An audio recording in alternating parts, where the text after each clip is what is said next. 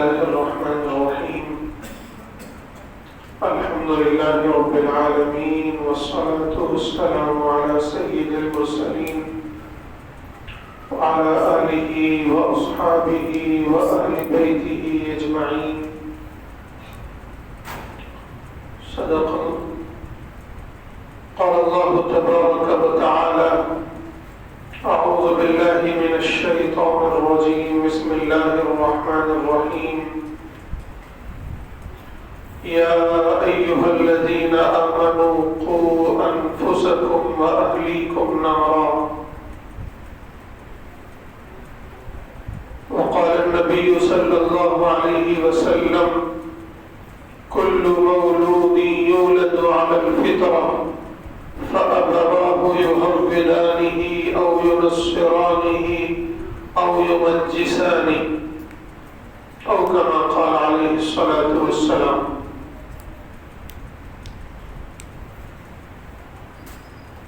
محترم بھائیوں اور بزرگوں،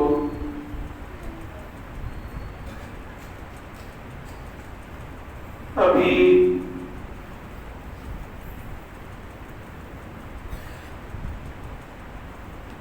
چند ہفتوں سے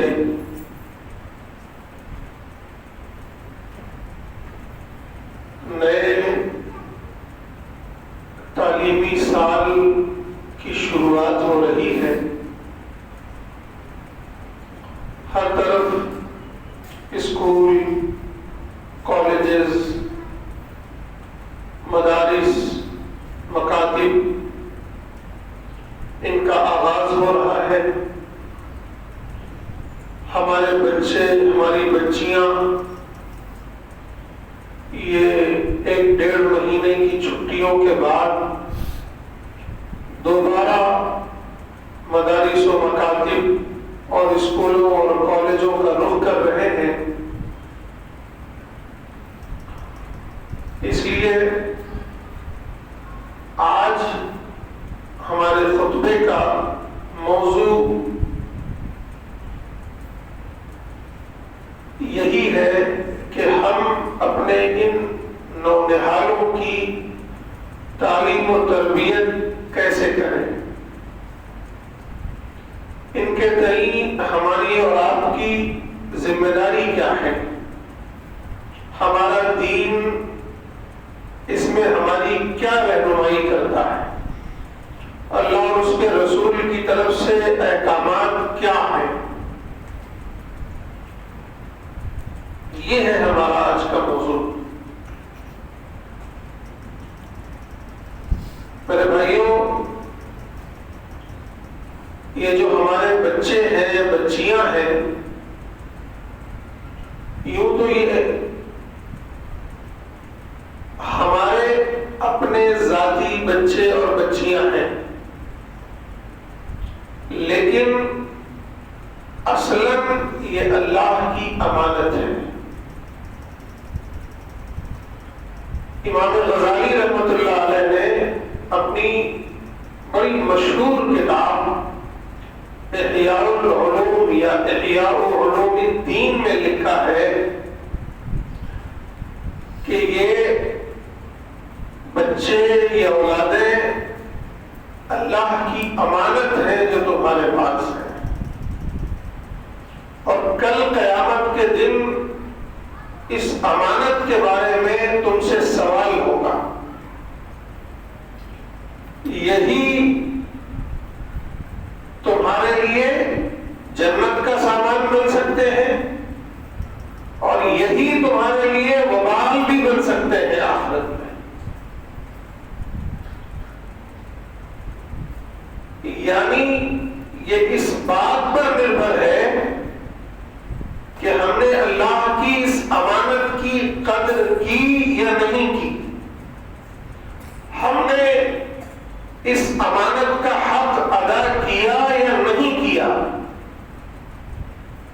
ہم اس پر بہت گفتگو سنتے ہیں اور کرتے ہیں کہ ماں باپ کے حقوق کیا ہیں اولاد پر، بچوں پر، بچیوں پر، اور اس کا شکوہ بھی کرتے ہیں کہ ہمارے بچے ہمارے حقوق ادا نہیں کر رہے ہیں. لیکن کبھی یہ جاننے کی کوشش نہیں کرتے کہ آخر ان بچوں کے حقوق کیا ہیں ہمارے اوپر. کیا صرف اتنا حق ہے کہ ہم نے پیدا کر دیا, ہم نے روٹی کپڑا مکان فراہم کر دیا, بس حق ادا ہو گیا؟ ہرگز نہیں. اس لیے سب سے پہلے والدین کو یہ جاننے کی ضرورت ہے کہ ان بچوں اور بچیوں کے حقوق ہمارے اوپر کیا ہیں.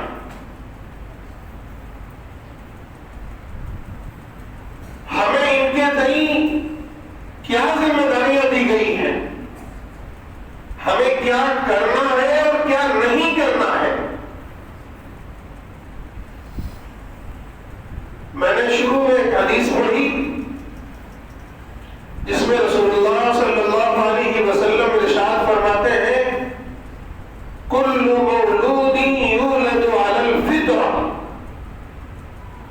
کہ ہر بچہ پیدا ہونے والا, بچہ ہو یا بچی ہو, وہ فطرت پر پیدا ہوتا ہے, وہ نیچر پر پیدا ہوتا ہے.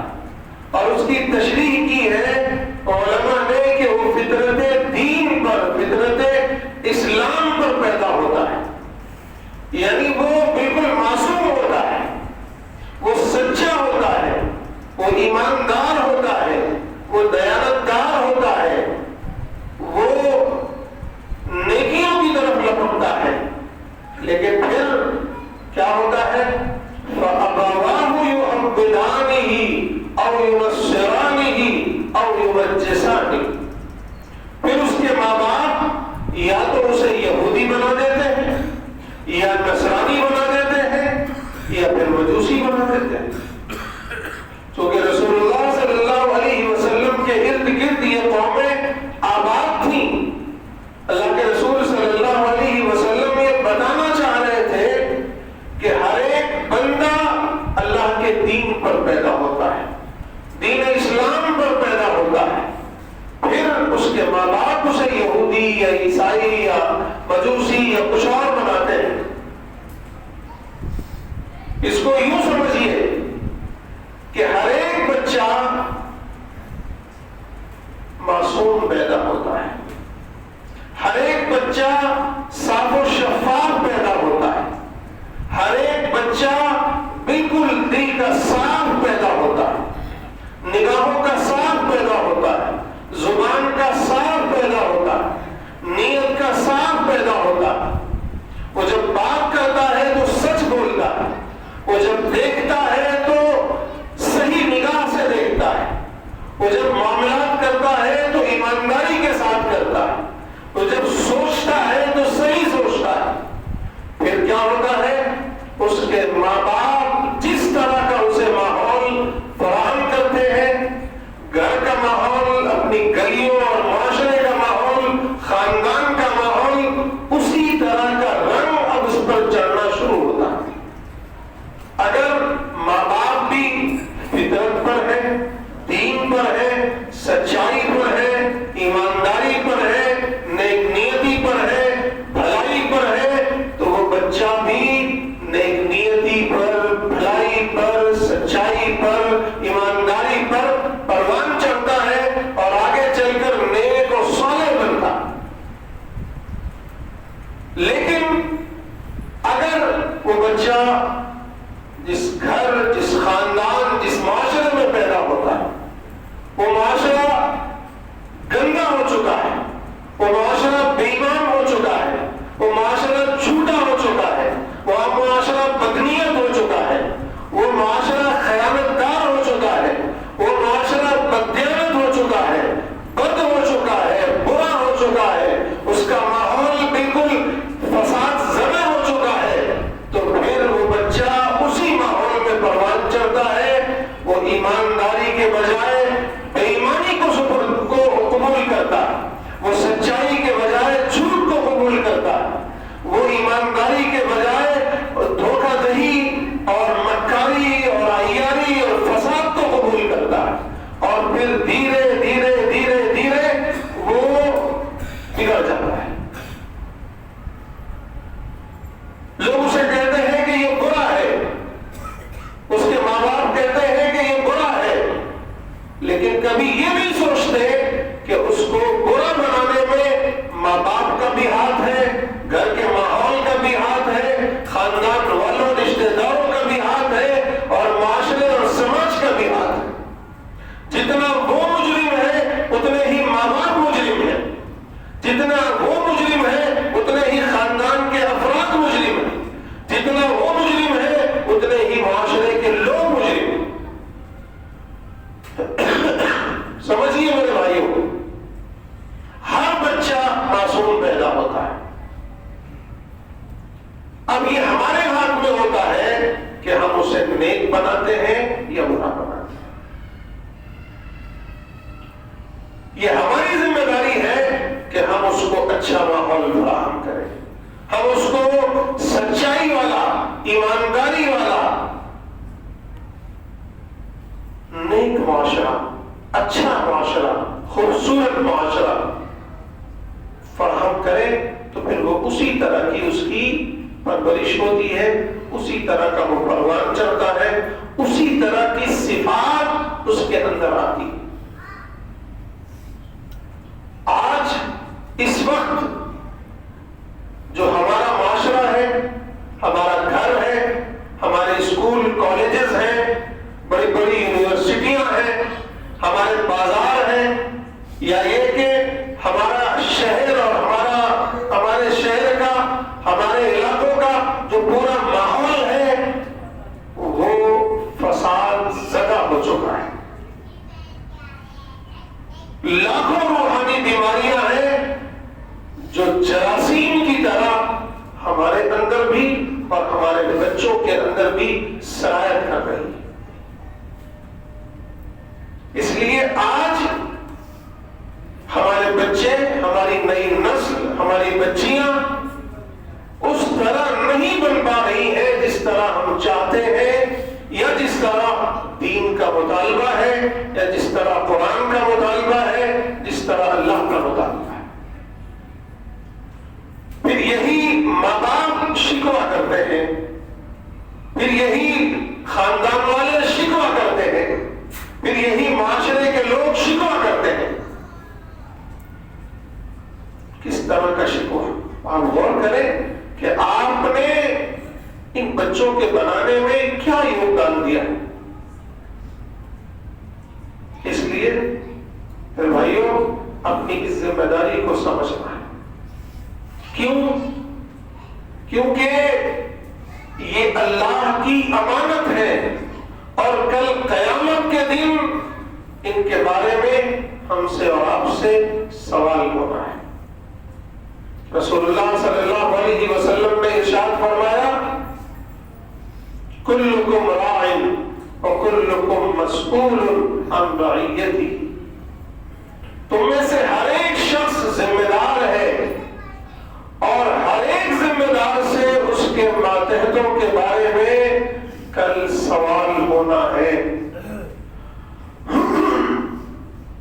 ہم سے ہماری بیویوں کے بارے میں سوال ہوگا، ہم سے ہمارے بچوں کے بارے میں سوال ہوگا، ہم سے ہماری بچیوں کے بارے میں سوال ہوگا، ہم سے ہمارے ماتحتوں کے بارے میں سوال ہوگا کہ تم نے ان کی صحیح تعلیم و تربیت کا نظام بنایا یا نہیں بنایا، تم نے انہیں ادب سکھایا یا نہیں سکھایا، تم نے انہیں ایمان سکھایا یا نہیں سکھایا، تم نے انہیں سچائی سکھائی یا نہیں سکھائی، تم نے انہیں اخلاق سکھایا یا نہیں سکھایا۔ اس کے بارے میں کل قیامت کے دن ہم سے پوچھا جائے گا، سوال ہوگا۔ یاد رکھیے میرے بھائی، اور یاد رکھیے یہی بچے یا تو آپ کی جنت بنیں گے یا پھر آپ کی جہنم بنیں گے۔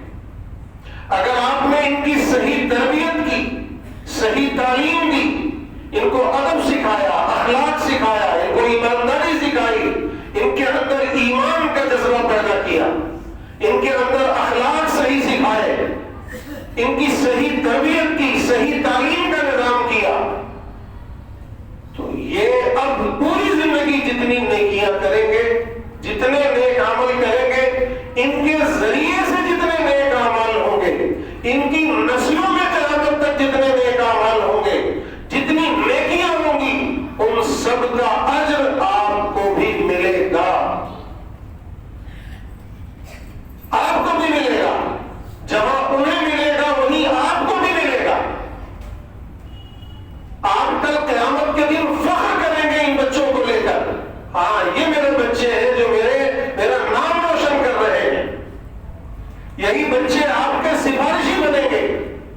یہی بچے آپ کے درجات کی بلندی کا سبب بنیں گے، یہی بچے آپ کو جنت میں اعلیٰ مقام دلوائیں گے۔ میں نے اس سے پہلے بھی یہ حدیث سنائی تھی، پھر سناتا ہوں کہ جب انسان مر جاتا ہے، اسے موت آ جاتی ہے، تو اس کے تمام اعمال کا سلسلہ بند ہو جاتا ہے سوائے تین چیزوں کے، سوائے تین چیزوں کے۔ نمبر ایک، اس نے اپنے پیچھے کوئی علم چھوڑا ہے، کسی کو پڑھایا ہے، کسی کو لکھایا ہے، کچھ کتابیں لکھ کر چھوڑی ہے، یعنی کوئی بھی علمی خدمت کی ہے، اس کا علم اب جب تک باقی رہے گا اس کو اجر ثواب اس کے مرنے کے بعد بھی ملتا رہے گا، اس کے درجات بلند ہوتے رہیں گے۔ دو نمبر، یا تو اس نے کوئی صدقہ جاریہ کیا ہے، اس نے مسجد بنوائی ہے، مدرسہ بنوایا ہے، بچوں کی تعلیم کا نظام کیا ہے، کہیں پانی کا نظام کیا ہے، کہیں کچھ اور خدمت خلق کا کام کیا ہے، یعنی صدقہ جاریہ کے طور پر اس نے کوئی بھی عمل کیا ہے۔ اب وہ صدقہ جاریہ جب تک جاری رہے گا اس کا اجر و ثواب بھی جاری رہے گا، اسے نیکیاں ملتی رہے گی، ثواب ملتا رہے گا، اجر ملتا رہے گا، اور اس کے درجات بلند ہوتے رہیں گے، بلند ہوتے رہیں گے۔ وہ دیکھ دیکھ کر خوش ہوتا رہے گا کہ میرے مرنے کے بعد بھی مجھ تک یہ ساری نیکیاں پہنچ رہی ہیں۔ اور تیسرا عمل یہ ہوگا کہ اس نے اپنے پیچھے نیک اولادیں چھوڑی ہیں، نیک اولادیں چھوڑی ہیں، اس نے اپنی اولادوں کی، اپنے بچوں اور بچیوں کی صحیح تربیت کی ہے کہ وہ اس کے لیے نیک اعمال کرتے رہے، اس کے لیے دعائیں کرتے رہے، اس کے لیے مغفرت کی دعائیں کرتے رہے۔ تو اب وہ اولادیں جب تک دعائیں کرتے رہیں گے، ان کے نام پر جتنی نیکیاں کرتے رہیں گے، اسے اجر ملتا رہے گا، اس کے درجات بلند ہوتے رہیں گے۔ یعنی یہ بہت آسان اور سستا سودا ہے کہ آپ اپنے بچوں کی صحیح تربیت کریں، صحیح تعلیم دلائیں، ان کو صحیح ادب سکھائیں، ان کے ایمان کی فکر کریں، ان کے اخلاق کی فکر کریں، ان کے اعمال کی فکر کریں، انہیں نیک بنائیں، انہیں صالح بنائیں، تو وہ کل قیامت کے دن بھی آپ کے لیے سفارشی ہوں گے، آپ کے درجات کی بلندی کا سبب ہوں گے، اور مرنے کے بعد آپ کے جب سارے اعمال بند ہو جائیں گے تو یہ بچے جب جب دعائیں کریں گے، یہ بچے جب جب نیکیاں کریں گے، یہ بچے جب جب آپ کے لیے کوئی نیک عمل کریں گے، آپ کو اس کا اجر ملتا رہے گا۔ یہ گویا ایک زندہ جاوید عمل چھوڑ کر جا رہے ہیں آپ، صدقہ جاریہ چھوڑ کر جا رہے ہیں آپ، ذخیرہ آخرت چھوڑ کر جا رہے ہیں آپ کو یہ ہمیشہ ہمیش کے لیے ایک گویا پودا لگا دیا آپ نے نیکیوں کا۔ لیکن شرط یہ ہے کہ ان بچوں کی صحیح تعلیم و تربیت کی فکر کریں۔ لیکن اگر ہم نے غفلت برتی،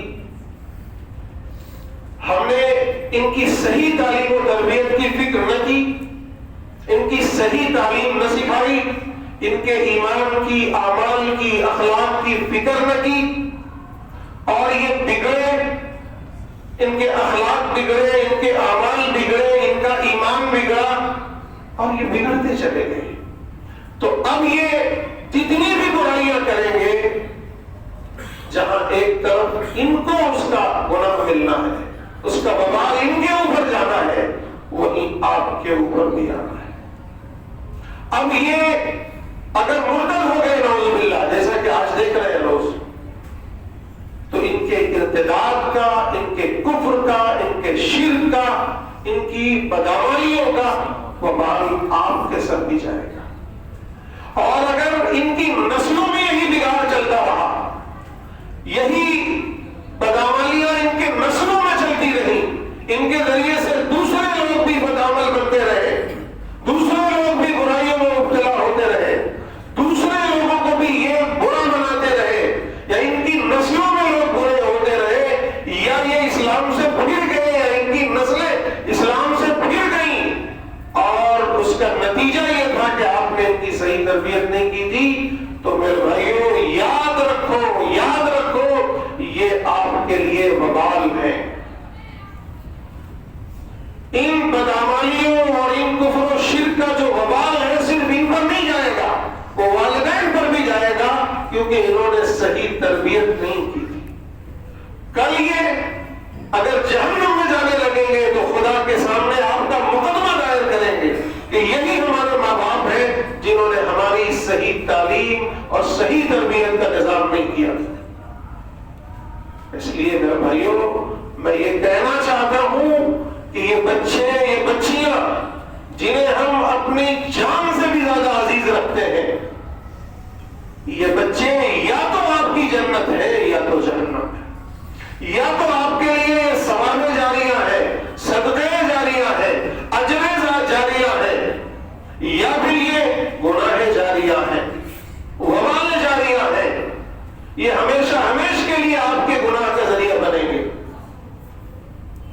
یاد رکھیے فیصلہ آپ کو کرنا ہے، ڈیسائیڈ آپ کو کرنا ہے کہ آپ انہیں اپنی جنت بنانا چاہتے ہیں یا جہنم بنانا چاہتے ہیں. میرے بھائیوں اس وقت جو غفلت ہے وہ بہت زیادہ ہو چکی ہے. عام طور پر لوگوں کی طرف سے یہ شکوہ ہوتا ہے کہ مولانا کیا کریں، ماحول بہت خراب ہے. بازاروں کا ماحول، کالجوں کا ماحول، اسکولوں کا ماحول اور پھر اس معاشرے کا ماحول بہت خراب ہو چکا ہے. سوال یہ ہے کہ ان تمام چیزوں کا ماحول بگاڑا کس نے ہے؟ یہ بازار کا ماحول بگاڑا کس نے ہے؟ ان بچوں نے تو نہیں بگاڑا، یہ تو معصوم پیدا ہوئے تھے. بگاڑا ہم نے آپ نے ہے. ان اسکولوں کا ماحول بگاڑا کس نے ہے؟ ہم نے آپ نے ہے. ان کالجوں کا ماحول بگاڑا کس نے ہے؟ ہم نے آپ نے ہے. یہ معاشرے کا ماحول بگاڑا کس نے ہے؟ ہم نے آپ نے ہے. ہم کیوں نہیں سدھارتے؟ ہم خود کیوں نہیں سدھرتے؟ ہمارے اندر اصلاح کیوں نہیں ہوتی؟ ہم کیوں جھوٹ کو فروغ دے رہے ہیں؟ ہم کیوں بے ایمان ہوتے جا رہے ہیں؟ ہم کیوں مکار ہوتے جا رہے ہیں؟ ہمارے اندر یہ بگاڑ کیوں، یہ فساد کیوں ہے؟ ہم اپنی اصلاح کیوں نہیں کرتے؟ آپ اپنی اصلاح کیجئے. آپ ان کے لیے رول ماڈل بنیے. آپ ان کے لیے ایک آئیڈیل پیرنٹ بنیے، آئیڈیل والدین بنیے. دیکھیے یہ بچے آپ کے نقش قدم پر چلے.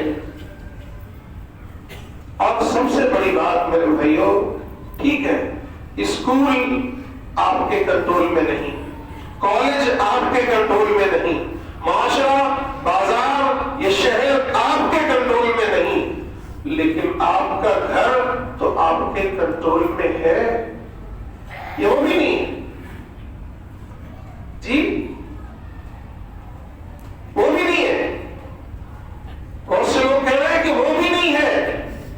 پھر کیسے مرد ہیں آپ؟ پھر کیسے شوہر ہیں آپ؟ پھر کیسے باپ ہیں آپ؟ کہاں کھو گئی آپ کی غیرت؟ کہاں کھو گئی آپ کی مردانگی؟ آپ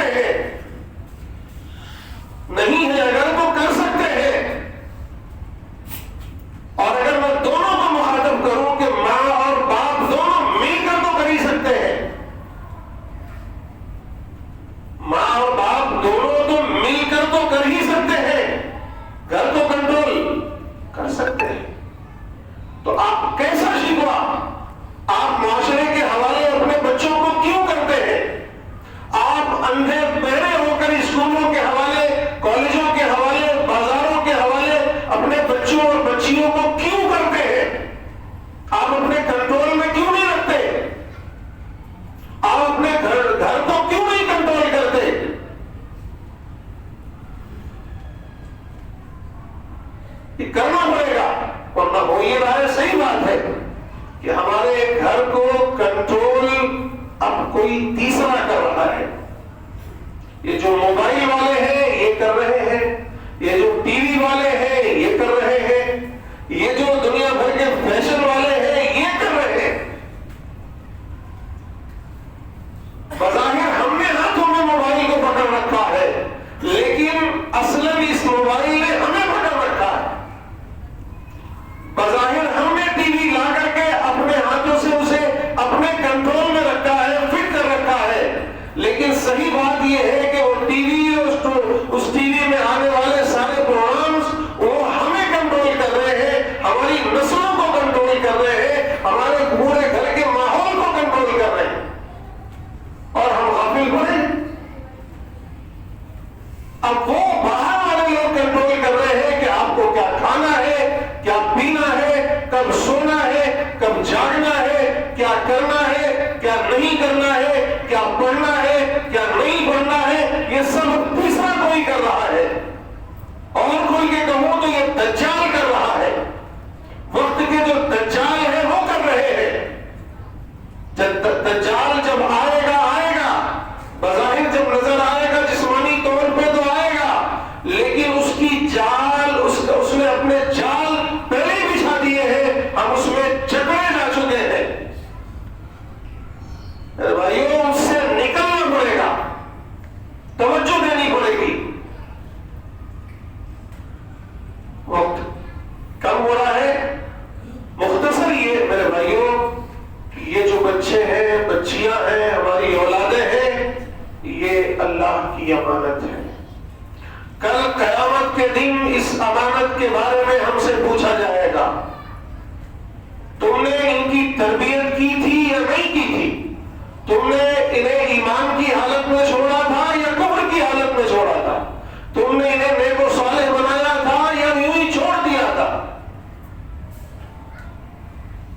ہم سے پوچھا جائے گا.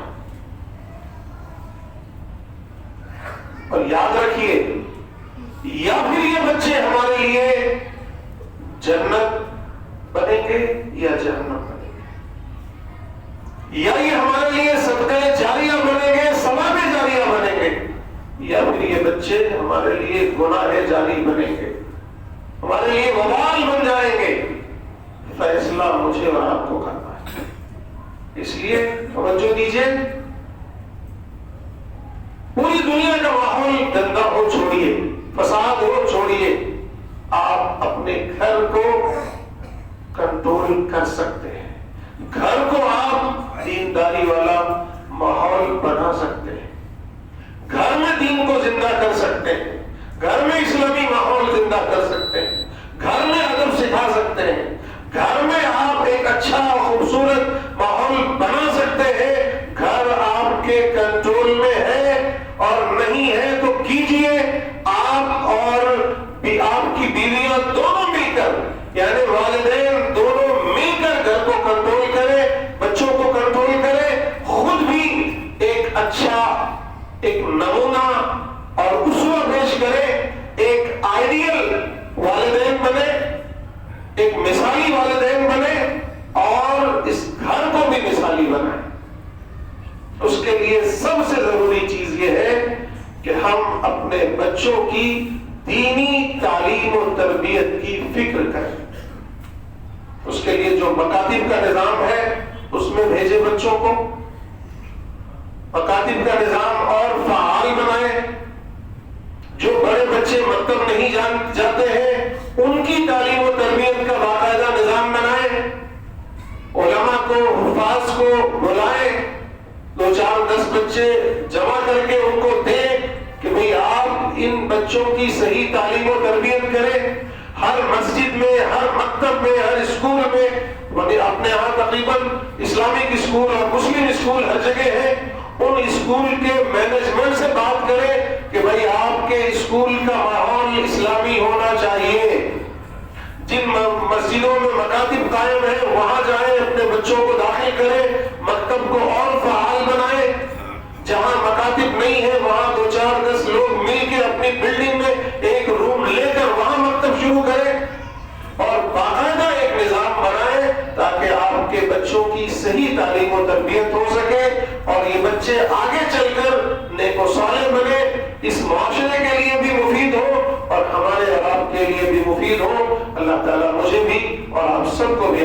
توفیق نصیب فرمائے. وآخر دعوانا ان الحمد للہ رب العالمین.